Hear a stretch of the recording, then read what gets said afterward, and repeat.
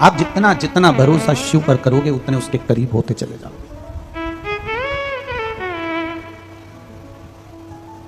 आप जितना भरोसा शंकर जी पर करोगे आप उसके करीब होते चले जाओगे।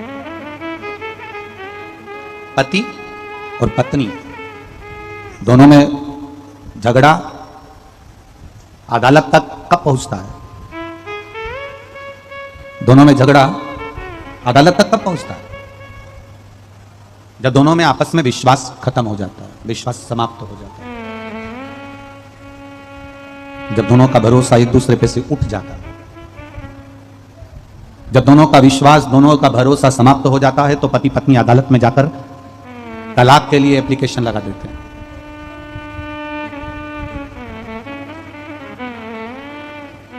पति का पत्नी पर से विश्वास हट गया, पत्नी का पति पर से विश्वास हट गया, तो दोनों अदालत पहुंच गए और तलाक के लिए उन्होंने एप्लीकेशन लगा दी और दोनों झगड़ कर अलग होना चाहते हैं। शिव महापुराण की कथा कहती है, अगर पत्नी पति पर भरोसा रखती और पति पत्नी पर भरोसा रखता, विश्वास रखता, तो ये एक जन्म का विवाह नहीं होता, 7 जन्म तक विवाह निभ जाता। अगर विश्वास पक्का होता तो, अगर भरोसा पक्का होता तो 7 जन्म तक निभ जाता, पर विश्वास खत्म हो गया, इसलिए अदालत में दोनों खड़े हैं तलाक लेने के लिए। आप अपना भरोसा पक्का रखिए, आप अपना विश्वास पक्का रखिए। एक बहुत अच्छा संवाद, एक बुढ़िया बैंक में गई, सबसे ऊंचा बैंक, और बुढ़िया बैंक में गई। बैंक का मैनेजर बाहर निकल कर आया और मैनेजर ने बूढ़ी अम्मा को देखा और बुढ़िया से पूछा, मां क्या बात है, आप बैंक में क्यों आई हो? बुढ़िया कह रही मुझे पैसे जमा करना है। मैनेजर ने पूछा कितने पैसे जमा करना है? बुढ़िया ने कहा 10 लाख रुपए जमा करना है। मैनेजर ने अपने बाल खुजाए, बताओ दिख तो ऐसी नहीं रही है पर 10 लाख रुपए जमा करना। तो मैनेजर ने पूछ लिया कि बूढ़ी मां से कि तुम काम क्या करती हो जो तुम्हारे पास में 10 लाख रुपए आ गए? तुम करती क्या हो जो तुम्हारे पास में 10 लाख रुपए आए? बूढ़ी मां ने कहा मैं शर्त लगाती हूं बस।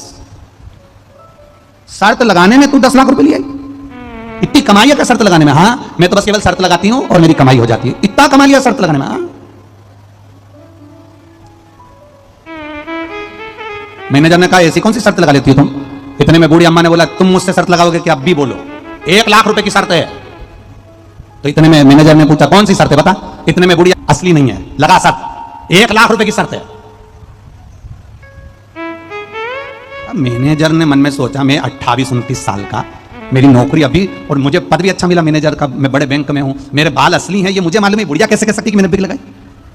मेरे असली बाल है, मैं अभी तो जवान हूं और मेरे बाल असली हैं, और बुढ़िया कह रही नकली है। तो बुढ़िया ने कहा लगा सर, मैं कह रही हूं तेरे बाल बिग लगे, तेरे बाल नकली हैं, और मैनेजर मन में सोच रहा मैं जवान, मेरे बाल असली, और ये कह रही है कि नकली है। तू तो लगा ना सर, तेरे बाल नकली है। इतने में मैनेजर ने भी सोच लिया चल अभी तक दुनिया को तूने बेवकूफ बनाया होगा, पर आज तुझे बैंक का मैनेजर मिला, लगा सर। बुढ़िया ने लगा सर। मैनेजर ने कहा सिद्ध कब करोगी?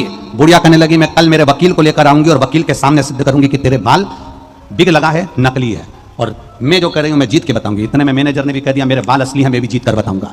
अब बैंक का मैनेजर घर चले गया, उसको रात भर नींद नहीं आई कि बुढ़िया मेरे बाल को कह रही है कि बिग लगाए हो, नकली है, और बैंक का मैनेजर रात भर सोच रहा है कि मेरे असली बाल हैं और ये नकली कह रही है।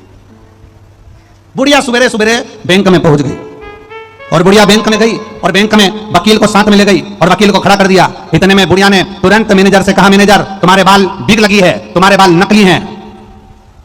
इतने में मैनेजर कहता है मेरे बाल असली हैं, ये वकील खड़ा है सामने। बुढ़िया कहने लगी ये वकील खड़ा है सामने, तुम्हारे बाल बिग लगे हैं, तुम्हारे बाल नकली हैं।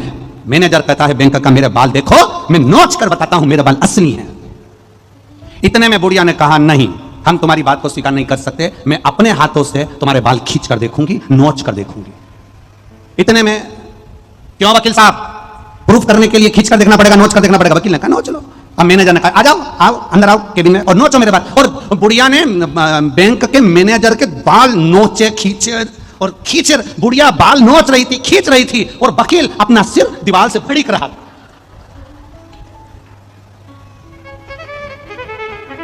बुढ़िया बाल को नोच रही है मैनेजर के, बुढ़िया बैंक के मैनेजर के बाल को नोच रही है, खींच रही है, और वकील अपने सिर को दीवार से भड़क रहा था, दीवार से ठोक रहा था। इतने में मैनेजर ने बुढ़िया से कहा, तुम्हारे वकील को क्या हो गया, ये दीवार से अपना सिर क्यों भड़क रहा है? इतने में बुढ़िया ने कहा, इस वकील ने मुझसे 5 लाख की शर्त लगाई थी कि किसी बैंक के बड़े मैनेजर के बाल नोच के बता देना, 5 लाख दे दूंगा।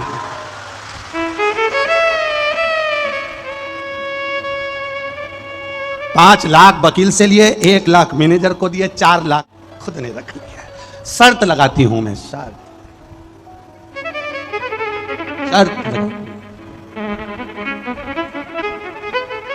मेरा निवेदन आपसे भी है, सारी दुनिया में भटक लो, सारी दुनिया में धक्के खा लो, सारी दुनिया में हाथ जोड़ लो और सबसे निवेदन कर लो कि मेरा ये काम कर दो, मेरे बच्चे की नौकरी लगा दो, मेरे बच्चे का ये कर दो, सारी दुनिया में ना। और सब दूर धक्के खाने के बाद एक बार मेरे महादेव पर विश्वास करकर 1 लोटा जल चढ़ाना प्रारंभ कर देना, आपकी जीत निश्चित हो जाए।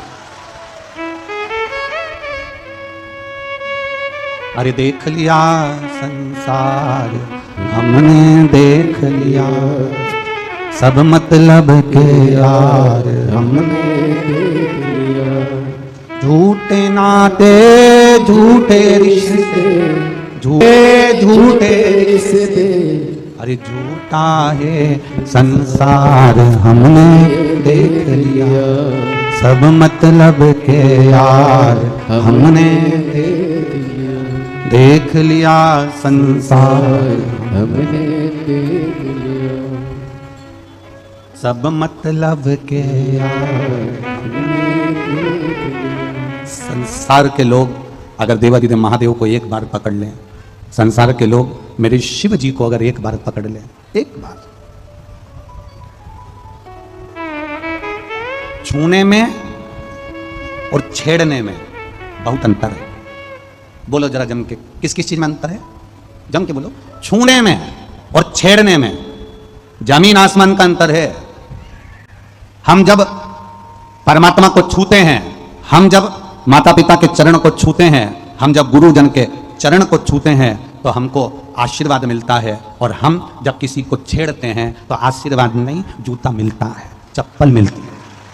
छूने में और छेड़ने में जमीन आसमान का अंतर है। हमारा शिव पुराण कहता है, शिव महापुराण की कथा कहती है, हम जब केवल छूते हैं, परमात्मा के शिवलिंग का स्पर्श किया, जलाधारी का स्पर्श किया, उसकी चौखट का स्पर्श किया, उसके दरवाजे का स्पर्श किया, उसके द्वार का स्पर्श किया, उसकी चौखट का स्पर्श किया, उसके दरवाजे का स्पर्श किया, उसकी चौखट का स्पर्श किया, उसके दरवाजे के चौखट का, नंदी का, उसके चरणारविंद का जब हमने स्पर्श किया, उसको छुआ, तो छूने पर हमको आशीर्वाद मिलता है और कुछ प्राप्त नहीं होता। और अगर एक बार परमात्मा के चरण छूने पर आशीर्वाद मिल जाता है तो हमारा जीवन अपने आप सार्थक होता चले जाता है, धन्य होता चले जाता है। अब परमात्मा के चरणों को छुओ,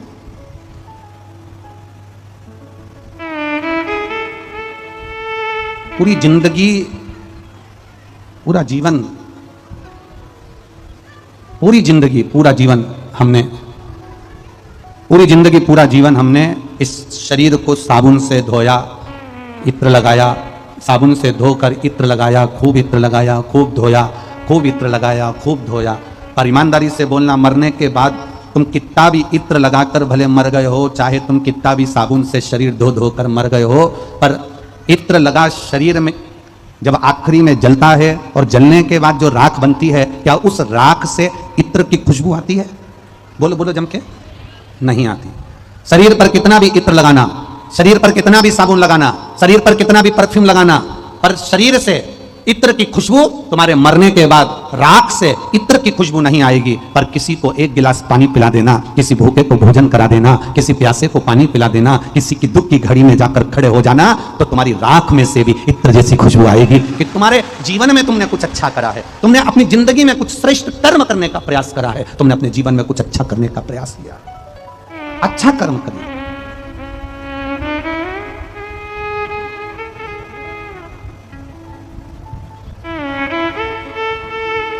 हम अच्छे कर्म की ओर अग्रणी हो। अभिमान, अहंकार व्यक्ति को बर्बादी की ओर ले जाता है। हम जब अभिमान से दूर होते हैं, हम जब अहंकार से दूर होते हैं, तब परमात्मा के करीब होते चले जाएंगे। जितना जितना हम उस पर विश्वास करते जाएंगे। हम लोगों से कहते हैं आप आस्था चैनल पर कथा सुनते हो, आप मोबाइल पर कथा सुनते हो, आप फेसबुक यूट्यूब पर कथा सुनते हो, आपके घर के लोग आपसे कहते होंगे क्या रोज रोज कथा सुन रहे हो, क्या रोज रोज महाराज जी की कथा सुन रहे हो, क्या बोर नहीं होते होगे? महाराज जी रोज कथा करते हैं तो क्या बोर नहीं होते होगे? क्या बोर नहीं होते होगे? क्या रोज रोज कथा सुनना, क्या रोज रोज आस्था चैनल को खोलकर बैठ जाना, क्या मोबाइल पर दिन भर सीहोर वाले महाराज को सुनते रहना, रात्रि को सोते समय भी 5 मिनट सीहोर वाले महाराज को सुन रहे हो, आस्था चैनल पर सीहोर वाले महाराज को सुन रहे हो, पंडाल लगे तो उसमें भीड़ भारी हो रही है, क्या दिन भर लोग कथा सुनते रहते हैं? क्या लोग पागल हो गए, बावरे हो गए? नहीं, शिव महापुराण की कथा कथी है, आप जितनी जितनी कथा सुनते चले जाओगे, आप जितना जितना शंकर की कथा में रमते चले जाओगे, उतना तुम्हारे दिल में महादेव के प्रति विश्वास बढ़ता चले जाएगा। तुम शंकर के, शंकर तुम्हारा हो जाएगा। तुम शिव के हो गए, शिव तुम्हारा हो गया। ये विश्वास, ये भरोसा, ये दृढ़ता, ये सुनने से होता है। रुक्मणी जी ने भगवान कृष्ण को अपना पति माना। रुक्मणी जी तो भगवान कृष्ण से कभी मिली नहीं थी। रुक्मणी जी ने कभी भगवान कृष्ण को देखा नहीं था। रुक्मणी जी ने कभी भगवान कृष्ण का दर्शन नहीं किया था। रुक्मणी जी कभी भगवान कृष्ण से मिली नहीं थी। रुक्मणी जी कभी द्वारका में जाकर भगवान कृष्ण का दर्शन नहीं करी थी। फिर रुक्मणी जी के मन में भगवान कृष्ण के प्रति इतना प्रेम, इतना भाव कैसे जाग गया? क्योंकि रुक्मणी जी जब जब अपने पिता के साथ में राजा भीष्मक के पास में सिंहासन पर बैठती थी और लोग जब राजा भीष्मक के पास आते थे तो भगवान कृष्ण का गुणगान गाते थे। कृष्ण ऐसे हैं, कृष्ण ऐसे हैं, कृष्ण ने ये किया, कृष्ण ने वो किया। रुक्मणी जी के दिल में कृष्ण के प्रति भाव जागृत होता चले जाता था, भाव जागृत होता चले जाता था। रुक्मणी जी के हृदय में भगवान कृष्ण के प्रति विश्वास केवल सुन सुनकर इतना जाग गया कि रुक्मणी कृष्ण की हो गई और कृष्ण रुक्मणी के हो गए। आखिरी में भगवान को रुक्मणी को लेने जाना पड़ा। कथा सुनो, रोज धारण करो, रोज टीवी पर आती है, रोज सुनिए। 25 तारीख को कथा यहां विराम हो जाएगी। 5 जुलाई को पुष्कर राजस्थान में चालू हो जाएगी। सावन महीने की सावन चालू होगा। वो जो पुष्कर जी में कथा होगी वो 1 बजे से 4 बजे तक होगी। सावन चालू होगा और ये कथा विराम होगी। उसके बीच में गुरु पूर्णिमा उत्सव रहेगा 1, 2, 3 तारीख का, जिसमें आपको टीवी पर गुरु पूर्णिमा महोत्सव के 2 घंटे के प्रवचन रोज सुनने को मिलेंगे 1 बजे से 3 बजे तक। आप 1 तारीख, 2 तारीख को, 3 तारीख को 1 बजे से 3 बजे तक आस्था चैनल पर, फेसबुक, यूट्यूब पर भी आप शिव गुरु की चर्चा। करोड़ों लोगों ने शंकर भगवान को केवल मंदिर जाकर 1 लोटा जल चढ़ाया।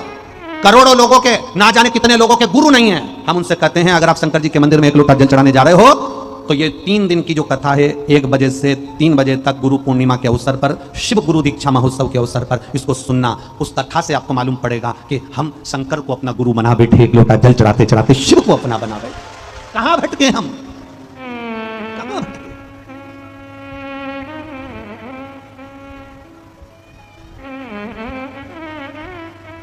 शिव को अपना बना लिया, कहां भटके? उस कथा का नाम हमने 3 दिन की जो कथा है उसका नाम ही हमने दिया शिव गुरु दीक्षा महोत्सव। कि जितने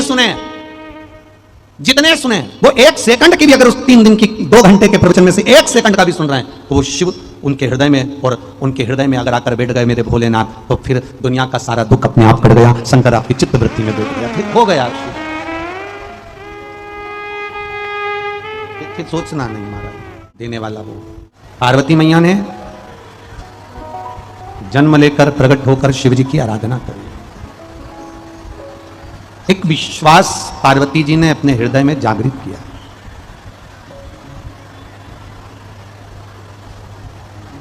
जब पार्वती जी ने अपने भीतर यह विश्वास जगा लिया कि मैं महादेव को अपना बनाऊंगी, पक्का भरोसा, पक्की दृढ़ता, जब विश्वास दृढ़ कर लिया तो शिव पार्वती जी को मिले।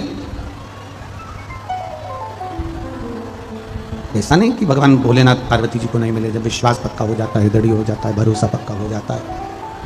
विश्वास अगर आपका पक्का हो गया, भरोसा यदि आपका पक्का हो गया, दृढ़ता यदि पक्की हो गई तो शिव को मिलने में देरी नहीं लगेगी, भगवान शंकर को प्राप्त करने में देरी नहीं लगेगी। तब साधना में माता पार्वती जी डूब गई, तब साधना में डूबी। अच्छा, डूबने का मतलब क्या होता है? एक व्यक्ति वो होता है जो पानी में डूबता है, मर जाता है। थोड़ा समझ लेना कथा को। डूबने का मतलब क्या है कि तब साधना में पार्वती जी डूबी, भगवान की भक्ति में पार्वती जी डूबी, भगवान के भजन में पार्वती जी डूबी। एक भक्त भगवान के भजन में डूबा, भक्ति में डूबा। डूबने का मतलब क्या होता है? एक व्यक्ति वो होता है जो पानी में डूबता है तो मर जाता है। एक व्यक्ति वो होता है जो प्याली में डूबता है तो मर जाता है। एक व्यक्ति वो होता है जो अहंकार में डूबता है तो मर जाता है, एक व्यक्ति वो होता है जो लोभ में डूबता है तो मर जाता है, एक व्यक्ति वो होता है जो वासना में डूबता है तो मर जाता है, पर एक व्यक्ति वो होता है जो शिव महापुराण की भक्ति में, शंकर की भक्ति में डूबता है तो तर जाता है। पानी में डूबोगे तो मर जाओगे, प्याली में डूबोगे तो मर जाओगे, अहंकार में डूबोगे तो मर जाओगे, लोभ में डूबोगे तो मर जाओगे, वासना में डूबोगे तो मर जाओगे, पर शंकर भगवान की भक्ति में डूब गए मरोगे नहीं, तर जाओगे। डूबोगे तो तरना निश्चित है, मरना नहीं है, तर जाना। जा सकता, वो जा ही नहीं सकता। लोग कहते हैं आपकी शिवपुराण में ऐसा क्या है जो लोग 500 किलोमीटर, 700 किलोमीटर, 800 किलोमीटर दूर से, स्वयं कोई 50 किलोमीटर दूर भी दे रहा है तो वो अपने घर वापस नहीं जाता, पंडाल में बैठकर कथा सुनता है, पंडाल में सोता है, पंडाल में रहता है। ऐसा शिवपुराण में है क्या? हम उनसे कहेंगे हमसे मत पूछो कि शिव महापुराण में क्या है, अगर पूछना है तो जो पंडाल में बैठे हैं इनसे पूछो कि शिव महापुराण में ऐसा क्या है। मक्खी जहां मीठा होगा वहीं जाती है और भक्त जहां भगवान होता है वहीं जाता है, जाता ही नहीं। इतना मेला भराता है देवघर में, बोलो बोलो जम के बोलो, तुम लोग तो यहां पास में रहते हो। देवघर में कितना मेला भरा था, सावन महीने में लोग कावड़ ले लेके जाते, कावड़ ले लेके जाते भर भर के। बाबा दिखता तक नहीं है, दिखता क्या? अरे बोलो तो जम के, बस बोल बम का नारा है, कावड़ लिए चल दिए। और सबको मालूम है कि लाइन लगना पड़ेगा, भीड़ होगी, अपार भीड़ होगी, जल भी सही से नहीं चढ़, सबको मालूम है, जितने बैठे हो नहीं तुम सबको मालूम है भीड़ बहुत होगी बाप देवघर में, जल भी अच्छे से नहीं चढ़ पाएगा, दर्शन अच्छे से नहीं हो पाएंगे। सारे लोग कहते हैं इतनी भीड़ में काहे को जा रहे हो, दर्शन नहीं हो पाएंगे, जल नहीं चढ़ पाएगा। उसके बाद भी लोग कावड़ लेकर जाते हैं, भीड़ अपार, दर्शन भी नहीं हो पा रहे। बाबा के ऊपर बेलपत्री माला इतनी पड़ी कि तुम जो गंगा जल लेकर गए वो लोटा भी उन्हीं पे पड़ा, वो भी उन्हीं के ऊपर पड़ा। और बाबा मेरा भोलेनाथ माला में, फूल में, पत्ती में आराम से दुबक के आराम से बैठा, और पास में पार्वती जी बैठकर कह रही हैं कैसे हो? महादेव जी कहते हैं अब सावन चले जाने दे फिर बताऊंगा कैसा। अभी नहीं बोल सकता सावन के महीने में कि मैं कैसा हूं, ये सावन जाने दे। दुबक कर बैठा।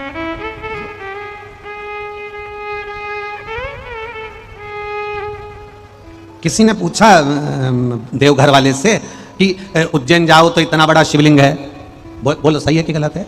केदारनाथ जी जाओ तो इतना बड़ा शिवलिंग है, सोमनाथ जी जाओ तो इतना बड़ा शिवलिंग है, रामेश्वर जाओ तो इतना बड़ा शिवलिंग है, भीमा शंकर जाओ तो इतना बड़ा शिवलिंग है, त्र्यंबकेश्वर जाओ तो इतने बड़े बड़े शिवलिंग है। पर बाबा एक बात बताओ, तुम यहां पर आए वैद्यनाथ जी तो तुम इतने छोटे से क्यों हो गए? शंकर भगवान बोले हमें मालूम है हमें बिहार में रहना है,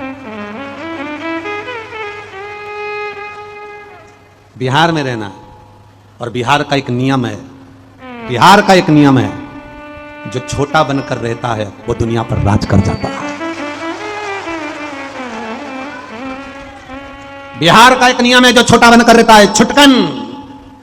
बिहार में तुम देखना एक बड़ी बहू एक छोटी बहू, सबसे ज्यादा सुखी कौन? बोलो बोलो जम के बोलो, छोटी।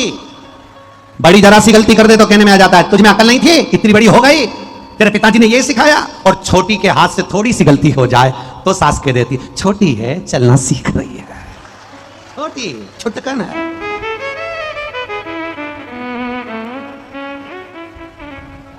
का कहल बन्नी अब ये छोटी है, छोटी में कहा दिखे, बहुत छोटे हो, बहुत छोटे हो। तुम धन से कितने भी बड़े हो, तुम संपदा से कितने बड़े हो, तुम वैभव से कितने बड़े हो, तुम उम्र में कितने बड़े हो, शिव महापुराण की कथा कहती है पर अपने दिल से छोटे बने रहना। जितने छोटे बने रहोगे, जो व्यक्ति अपने आप को समझ लेता है ना कि मेरी उम्र 70 साल की हो गई, तो 50 साल का व्यक्ति भी अगर सोच ले कि मेरी उम्र बहुत हो गई, 40 साल का सोच ले कि मेरी उम्र बहुत हो गई, 55 साल का सोच ले कि मेरी उम्र बहुत हो गई, रिटायरमेंट होते से व्यक्ति सोच ले मैं 60 साल का हो गया, अब कुछ नहीं हो सकता। शिव महापुराण की कथा कहती है अपने बचपन को अंदर से कभी खत्म मत करो, अपना बचपन अपने भीतर वर्तमान में उसको जारी रखो। तुम ये सोचो कि मैं अभी बुढ़ी हुई नहीं, वो एक डायलॉग किसी ने बोला, बुढ़ा तेरा, हम काहे के बुढ़े, हम क्यों बुढ़े? अब कोई कह दे तुमसे कि ये तुम्हारे बाल तो सफेद हैं, बुढ़ी तो हो गई, तो कह देना वो तो फैशन है, मैं तो अमेरिका घूम के आई थी, तो उसमें क्या दिक्कत। बुजुर्ग नहीं बनना हमको। शंकर की उपासना करने वाला, भगवान का भजन करने वाला, कावड़ लेकर देव अधिदेव महादेव को देव घर में जाकर एक कावड़ चढ़ाने वाला बुढ़ा सा बुढ़ा व्यक्ति, पांव में छाले पड़ रहे हैं, कपड़ा लपेटा हुआ है, डंडे में कावड़ बंदी है, चड्डा पहना है, टी शर्ट पहना है, बुजुर्ग है, धीरे धीरे चलकर जा रहा है। कोई शंकर भगवान से पूछना क्या ये बुढ़ा है? शंकर जी कहते हैं मेरे दरवाजे पर आया, 80 साल का भी आया तो वो जवान है, और जो घर में 25 साल का होकर भी केवल रिमोट चलाए और लैपटॉप चलाए और मेरे दरवाजे पर नहीं आए तो बुढ़ा। आपकी दृढ़ता, आपका विश्वास जागृत करिए, अंदर से अपने भीतर ऐसा विश्वास पैदा करो, अंदर से अपने भीतर ऐसा विश्वास जगाइए कि आप दुनिया में सब कुछ कर सकते हो। कभी हारना नहीं, आगे बढ़ने का प्रयास करते रहना। पार्वती मैया ने शिव तत्व को जाना, शंकर भगवान की ऐसी आराधना माता पार्वती जी ने करी, ऐसी आराधना माता पार्वती ने करी। शिव को अपने बनाने के लिए माता पार्वती हमेशा सुख रहकर आराधना में, तप में, साधना में लीन रहती।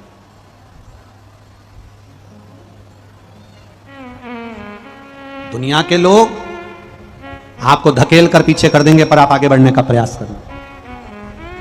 होता है। एक आधार कार्ड बनाने का ऑफिस था, आप लोगों ने बनवाया आधार कार्ड? अरे बोलो तो जम के, बनवाया?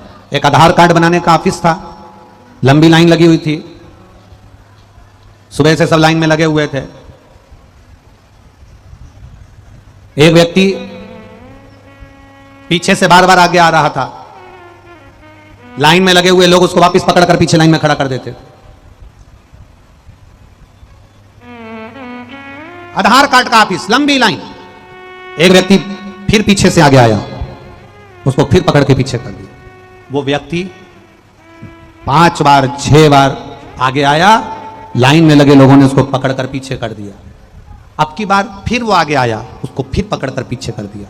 उसको आ गया गुस्सा, और गुस्से में उसने कह दिया सालो खड़े रहो, ऑफिस नहीं खोलूंगा, ऑफिस नहीं खोलूंगा। अब लाइन वालों को लग रहा था कि इसको आधार कार्ड बनवाना, उनको क्या मालूम था कि ये ऑफिस ये खोलेगा। अब वो बार बार आगे जाए, ये बार बार पकड़ कर पीछे कर दे, फिर वो आगे जाए, फिर पकड़ के पीछे कर दे, फिर वो आगे जाए, फिर पकड़ कर पीछे कर दे। वो इंतजार कर रहा है कि मैं आगे जाऊं, ऑफिस खोलूं, तब तुम्हारा आधार कार्ड बने। शिव महापुराण की कथा कहती है, भगवान भी ऐसे ही कहता है, तू सब दुनिया के लोग तुझे पकड़कर पीछे करेंगे, दुनिया के लोग तुझे खींच कर पीछे करेंगे, पकड़ कर पीछे करेंगे, पर तू मंदिर में जाकर दरवाजा खोलकर एक लोटा अगर तूने जल चढ़ा लिया तो फिर तू मेरा हो गया और मैं तेरा हो गया। दुनिया खींचती रहेगी, तू मेरा मैं तेरा हो जाऊंगा। दुनिया खींचेगी, पकड़कर पीछे कर देगी, फिर पकड़ेगी, फिर पीछे करेगी। कोई ताना देगा, कोई गाली देगा, कोई अपशब्द कहेगा, कोई कुछ। पार्वती जी के जीवन में भी यही हुआ। माता पार्वती जी के जीवन में हुआ क्या? कितना कितना ताना माता पार्वती जी को दिया गया है, कितने कितने अपशब्द माता पार्वती जी को कहे गए। पार्वती जी से यहां तक कह दिया गया था, आपको अगर विवाह करना है तो भगवान विष्णु के साथ कर लो। 33 कोटि देवी देवता हैं, किसी के साथ विवाह कर लो, पर शंकर भगवान के साथ विवाह मत करना। ओघड़ी है, भस्मीधारी है, जटा बांधने वाला, मृगछाला पहनने वाला, चर्म लपेटने वाला, तन पर कोई वस्त्र नहीं, कोई आभूषण नहीं, सांप बिच्छू को लपेटने वाला। निवेदन है आप इससे विवाह मत करो। पार्वती जी को बहुत बहुत बहुत शब्द कहे गए, बहुत शब्द कहे। दुनिया के लोग जब महादेव का नंबर आता है ना, शिवलिंग का जब नंबर आता है, तो हंसी उड़ाने वाला उनको समझ नहीं पाता।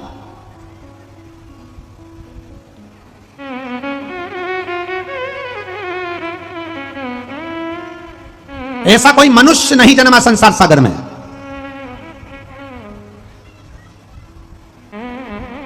ऐसा कोई मानव नहीं जन्मा संसार सागर में जिसके शरीर में शिवलिंग का स्थान नहीं हो। ऐसा कोई मानव नहीं जन्मा संसार सागर। अगर किसी से कहा जाता है कि हमारे शरीर में शिवलिंग है, हमारे शरीर में शिवलिंग है? हंसी उड़ाने वाले उसको हंसी के व्यंग में ले लेते हैं कि शिवलिंग को लोग गलत दृष्टि से जान। ना ना ना ना, प्रत्येक मानव शरीर के अंदर शिवलिंग विराजमान होता है और वो शिवलिंग की आकृति, कभी किसी डॉक्टर के पास जाना, कभी एक्सरे करवाना और एक्सरे करवाकर डॉक्टर के पास जाकर देखना कि वो मनुष्य शरीर में शिवलिंग का स्थान कौन सा है, मनुष्य के शरीर में शंकर का शिवलिंग का स्थान कौन सा है, तो आपको बता देंगे कि ये गर्दन, ये सिर का आखिरी भाग और रीढ़ की जो हड्डी है, इस हड्डी के बीच में एक मेंडुला आकृति, एक शिवलिंग की आकृति की एक ओवल गेंट है, एक स्थान बना हुआ है। वो स्थान शंकर की शिवलिंग की आकृति का है और वो स्थान एक ऐसा स्थान है कि दुनिया में पूरे शरीर का ऑपरेशन हो सकता है, दुनिया में पूरे शरीर को काटा जा सकता है, दुनिया में पूरे शरीर को विच्छेदित किया जा सकता है, दुनिया में पूरे शरीर को ऑपरेट किया जा सकता है, ऑपरेशन किया जा सकता है, पर सिर के नीचे से और रीढ़ की हड्डी के बीच में जो स्थान होता है, जिसको शंकर भगवान का स्वरूप सुंदर मेंडुला स्थान कहते हैं, उसका ऑपरेशन कभी जिंदगी में नहीं हो सकता। उसी तरह जैसे शंकर भगवान की जलाधारी को कभी लांगा नहीं जा सकता, उसी तरह इसका ऑपरेशन कभी नहीं हो सकता। अच्छा डॉक्टर भी नहीं कर सकता, क्योंकि इसको ऑपरेट नहीं सकते।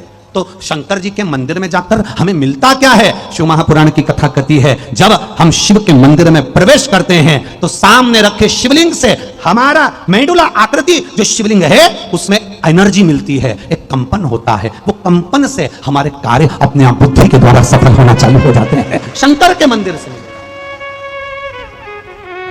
हम जितनी श्वास लेते हैं, जितनी श्वास छोड़ते हैं, ये श्वास अंदर इस स्थान पर जरूर पहुंचती है, फिर वहां से वापस निकलती है, फिर पहुंचेगी, फिर निकलेगी। ये स्थान वो स्थान है जहां शंकर का शिवलिंग अपने आप विराजमान है। अब उसको लोग कहते हैं, कोई कहे कि हम शंकर को नहीं मानते, कोई कहते हम शिव को नहीं मानते, तो उनसे निवेदन है भले मत मानो, पर तुम्हारे अंदर शंकर बैठा है। चाहे तुम किसी भी धर्म के हो, चाहे तुम किसी भी वर्ण के हो, चाहे तुम ब्राह्मण हो, क्षत्रिय हो, वैश्य हो, शूद्र हो, तुम कह दो कि हम शंकर को नहीं मानते, हम देवता को नहीं मानते, हम किसी को नहीं मानते, वो कितना भी कह दे, और शंकर तुम्हारी नस नस में भरा हुआ है, वो कभी नहीं निकल सकता। वो कभी नहीं निकल सकता, वो तुम्हारे भीतर भरा है। और जो कहता है कि मैं शंकर को नहीं पूछता, तो उससे निवेदन यहां से निकाल कर भी फेंक दे, तब जाने तो शिव को नहीं पूछता।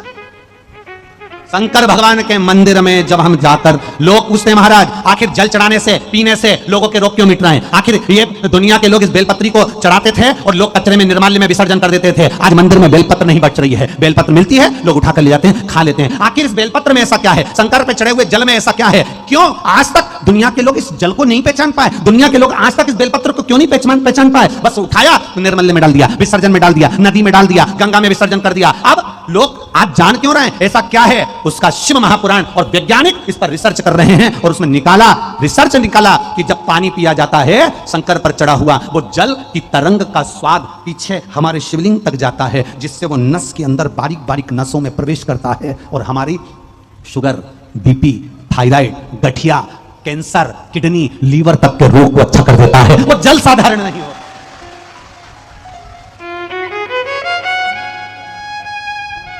उस जल को पीना कोई सहजता है? जो शंकर भगवान के विरोधी हैं, जिन्होंने धर्म और शास्त्र को अच्छे से नहीं ज्ञान करा, केवल ऊपर पढ़ाई करी, वो तुरंत कह देते हैं शंकर जी पे चढ़ा हुआ जल नहीं पीना चाहिए, नारी को शंकर जी के शिवलिंग का स्पर्श नहीं करना चाहिए। वो तुरंत कह देते हैं शंकर जी पे चढ़ी हुई बेलपत्र नहीं खाना चाहिए, वो कह देते हैं शंकर जी पे चढ़ा हुआ प्रसाद नहीं पाना चाहिए, वो कह देते हैं ये ना करिए, वो ना करिए। जो तुमसे कहें कि शंकर जी के चढ़ा हुआ जल मत पियो, शंकर जी पे चढ़ी हुई बेलपत्र मत खाओ, ऐसे ज्ञान देने वाले एक दिन तुम्हारे सामने आकर कह देंगे तुम तो तुम्हारे बाप को भी बाप मत कहो। ये आकर तुमसे कहेंगे तो क्या तुम उनका कहना मान लोगे? क्या तुम उनके कहने में चल जाओगे? अपना विश्वास दृढ़ करिए, अपने भरोसे को पक्का करिए। जिस दिन आपका विश्वास, आपका भरोसा पक्का हो जाएगा कि मैं शंकर जी पे चढ़ा हुआ जल पी रही हूं और ये मेरा विश्वास देता है कि मेरा रोग समाप्त होगा, तो ये पक्का है, रोग समाप्त होकर ही मानेगा। जो समझ गया शिव को, अपने घर के छोटे छोटे बच्चों को कहिए मंदिर जाओ, अपने घर के छोटे छोटे बच्चों को करिए शिव के दरवाजे पर जाकर एक लोटा जल चढ़ाओ, अपने घर के छोटे छोटे बच्चों को कहिए शंकर की चौखट पर जाइए, अपने घर के बुजुर्गों को, बड़ों को, माता पिता को, बहुओं को, बच्चों को कहो जब तक ये जिंदगी है फुर्सत ना मिलेगी काम से, ऐसा कोई समय निकालो प्रेम बढ़े भगवान से। जब तक जीवन है फुर्सत किसी के पास नहीं है साहब, किसी के पास फुर्सत नहीं है, एक मिनट की भी फुर्सत नहीं है। पर समय निकालकर अगर आप देव अधिदेव महादेव के पास जा रहे हो तो ये निश्चित है तुम्हारी दुख की घड़ी में फुर्सत निकालकर महादेव भी तुम्हारे दरवाजे पर आएगा। जाओ उसकी चौखट तक जाओ, सुनो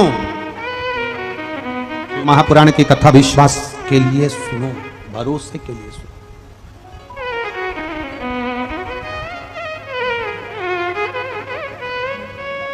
हम आपसे एक बात कहे थे पहले भी कथा में, आज फिर कह रहे हैं। दुख आए, तकलीफ आई, कष्ट आया, मन उदास है, अच्छा नहीं लग रहा, शंकर जी के मंदिर में जहां नंदी बैठा है उस नंदी के पास बैठकर उसका चरण पकड़कर शंकर के शिवलिंग का दर्शन करो थोड़ी सी देर।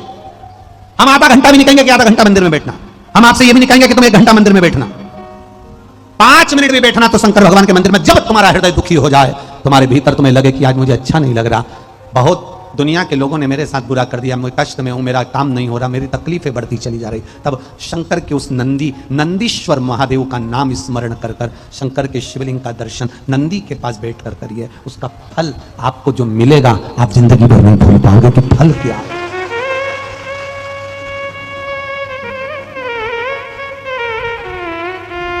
क्या दे रहा है वो?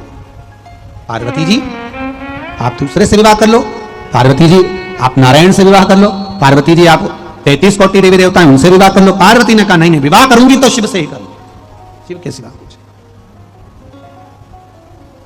बड़ा भयंकर रोग है शिव महापुराण, एक बहुत बड़ी रोग जैसी भी है। मन नहीं, आप में से कई ऐसी होंगे कथा नहीं आती तो मन नहीं लगता। गुरुजी ईमानदारी की बात का मतलब तुम्हारी भी आदत पड़ गई है नशा करने की। शिव पुराण कथा भी एक नशा है। गुरुजी आती नहीं टीवी पे, मन नहीं लगता। अच्छा कई लोग तो ऐसे नहीं है, वो कथा सुनने आते हैं तो कई लोग कह देते हैं वो तुम्हारा मुंह नहीं दिखता ना इसलिए हम आनंद ही नहीं। कथा सुनने आए हो कि मुंह देखने आए हो? अरे गुरुजी तुम कथा के बीच बीच में जो नोटंकी करते हो ना, अब उनसे क्या कोई नोटंकी है? अरे गुरुजी बस आपका चेहरा दिखना चाहिए और हमारी को कथा सुनने को मिल जाए। शिव पुराण कर रही, शंकर का संवाद कर रहा है, शिव तत्व कह रहा है, शंकर का गुणगान कर रहा है, आप दिखो तो आनंद। वो एक लाइन आप लोग कहते हो ना, अरे मैं हूं प्रेम रोगी मेरी दवा तो कराओ, जाओ जाओ जाओ। अरे तुमने कहां कह दिया बेद को बुलाओ, पूरा तो सुनो। अरे जाओ जाओ जाओ देवघर वाले को बुलाओ, मैं हूं प्रेम रोगी मेरी दवा तो। अब तुम बोलो वही लाइन, जाओ जाओ जाओ देवघर वाले को बुलाओ, मैं हूं प्रेम रोगी मेरी दवा तो। सुबह उठूं तो शिव है, शाम सोऊं तो शिव है।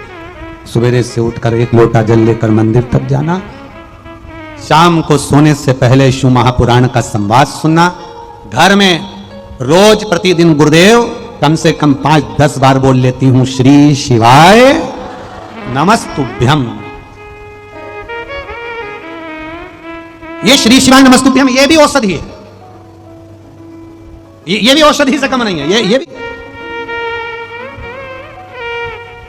हम तो यहां तक कहेंगे, अगर मौका मिले तो इस व्यासपीठ से कहने में पीछे नहीं हटेंगे। अगर यहां तक कहेंगे कोई मरीज को भी देखने जा रहे हो, हॉस्पिटल में आपके रिश्तेदारों को देखने जा रहे हो, किसी के घर पर किसी बुजुर्ग को किसी मरीज को देखने जा रहे हो, तो निवेदन है उसके सामने जब खड़े हो, जब बात पूरी हो जाए या बात चालू हो, उससे पहले उस मरीज के लिए ठीक होने के लिए अपनी दृष्टि से उसको देखते देखते श्री शिवाय नमस्तुभ्यम, श्री शिवाय नमस्तुभ्यम, श्री शिवाय नमस्तुभ्यम, श्री शिवाय नमस्तुभ्यम 5 बार बोल लो और बाबा से प्रार्थना करो। दूसरी बार जब घर आओगे थोड़े दिन में सूचना मिलेगी वो ठीक हो गई, उसको आराम लग गया। शंकर के मंत्र में भी औषधि है।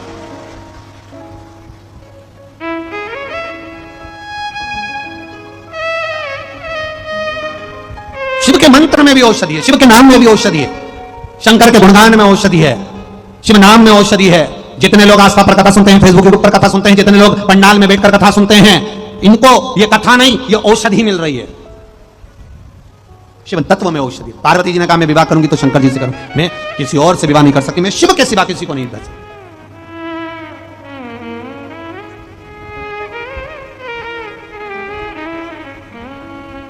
तो रोता है। शिव नाम जब चित्त में समाहित हो जाए तो कुछ अच्छा नहीं लगता, कुछ भी। कानो नहीं भावे मने, हीनो नहीं भावे रे, दौड़ दौड़ मन सत्संग जावे रे। बसंत ऋतु आती है तो मौसम की तासीर बदल जाती है। बसंत ऋतु आती है तो मौसम की तासीर बदल जाती है। और जिस गांव में, नगर में, शहर में शिव महापुराण आती है, उस नगर की तकदीर बदल जाती है। ये निश्चितता है।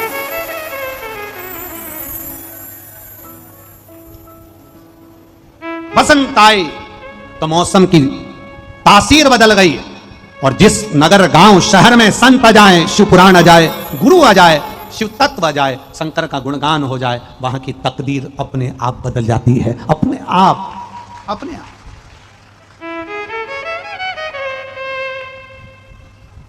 ये रिक्शा चलाने वाले हैं ना, ऑटो वाले रिक्शा वाले, तुम जाते जाते उनसे पूछना, क्यों साहब कैसा चल रहा है?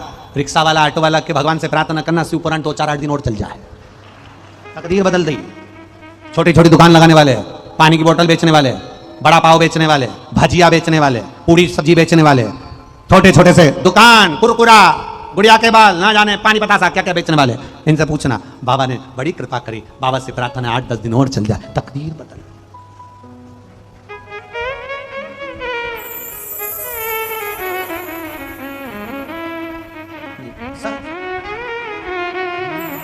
शिव ने पार्वती जी के विश्वास को जीता।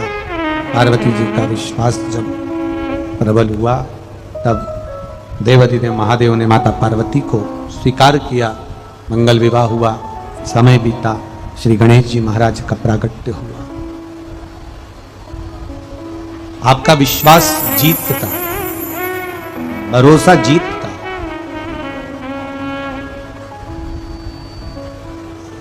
अगर आपका भरोसा पक्का है तो आप विजय होंगे, जीतेंगे। कई पत्र लिखे हैं, कईयों ने, एक माँ ने लिखा है, देवी सुशीला राय ने, समस्तीपुर बिहार से, मेरे बेटे ने 1 लोटा जल चढ़ाया, शिवजी का गुणगान किया, मेरा बेटा रेलवे ग्रुप डी में उसकी नौकरी लगी है। बहुत बहुत साधुवाद है आपको। शिव तत्व की ओर अगर हम जागरूक हुए हैं, शिव हमको प्रदान करता है, बाबा देवाधिदेव महादेव हमको देता है। ये शंकर की उदारता है, ये शंकर की कृपा है, करुणा। श्री गणेश जी महाराज पधार रहे हैं, जोरदार ताली बजा करते हैं।